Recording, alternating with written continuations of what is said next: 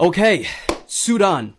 Let's talk about it. You've probably been seeing comments everywhere, and that's for good reason, because reports say that around 2,000 people have been killed in just 48 hours. And they say that these are executions. These are killings of unarmed men and women, which is a war crime under international law.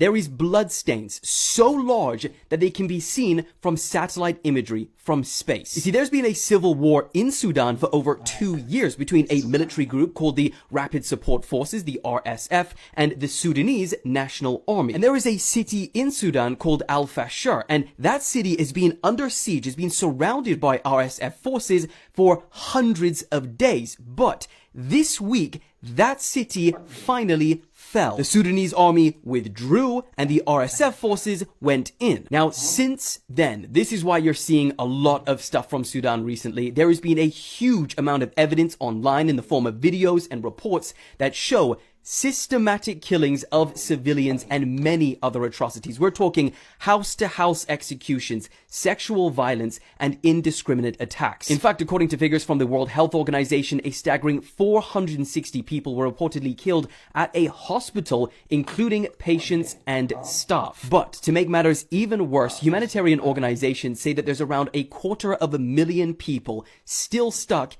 in the city trying to get out. Even before 𝗖𝗢𝗢𝗟 fell, the UN and many other NGOs said that Sudan was facing the worst humanitarian crisis in the world and the world's largest displacement crisis. But now, that could be on a whole other level. Those civilians left, they face violence, disease, starvation, and little to no healthcare. Now, the RSF, they do claim that they are providing safe corridor for civilians to leave the area, but the UN and many other human rights organizations, they say otherwise. And here's the part that makes people especially worried when they're seeing this, because there is a precedent for this, and it is horrifying. Roughly 20 years ago, Arab militia known as the 𝗖𝗢𝗢𝗟 committed genocide against ethnic Africans. And here's the thing, the RSF, the ones that are now in control of 𝗖𝗢𝗢𝗟, that is a group that emerged from 𝗖𝗢𝗢𝗟. So what happens now? No one knows, but the situation is bleak. So I'll keep you guys updated as the situation